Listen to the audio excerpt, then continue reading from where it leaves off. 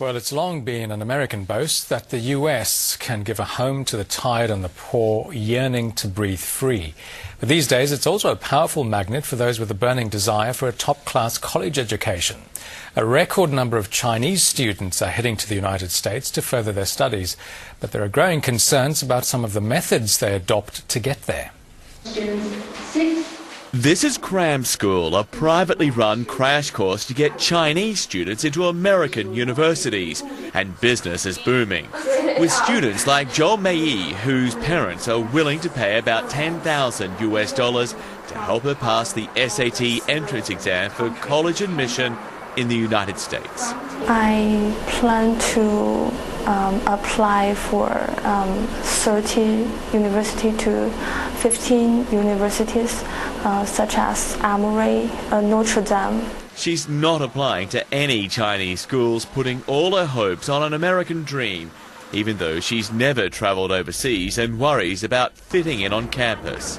I maybe cannot make friends.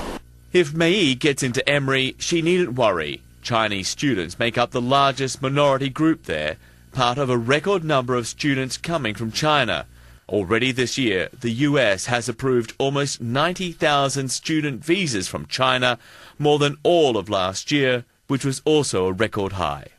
US schools like Harvard and Yale consistently rank among the best in the world, while on one popular academic list here, all mainland Chinese universities are way down, below 200 out of 500. As Chinese families become wealthier, they often want the best education that money can buy for their child, usually their only child.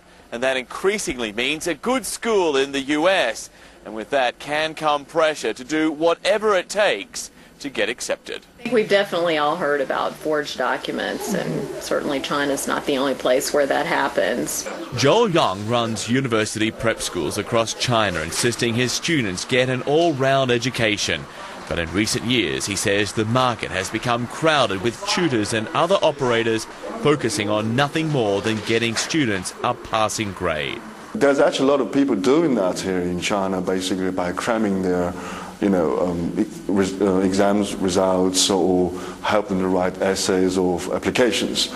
Regardless of how they get in, the number of Chinese students on American campuses is expected to double in the next few years.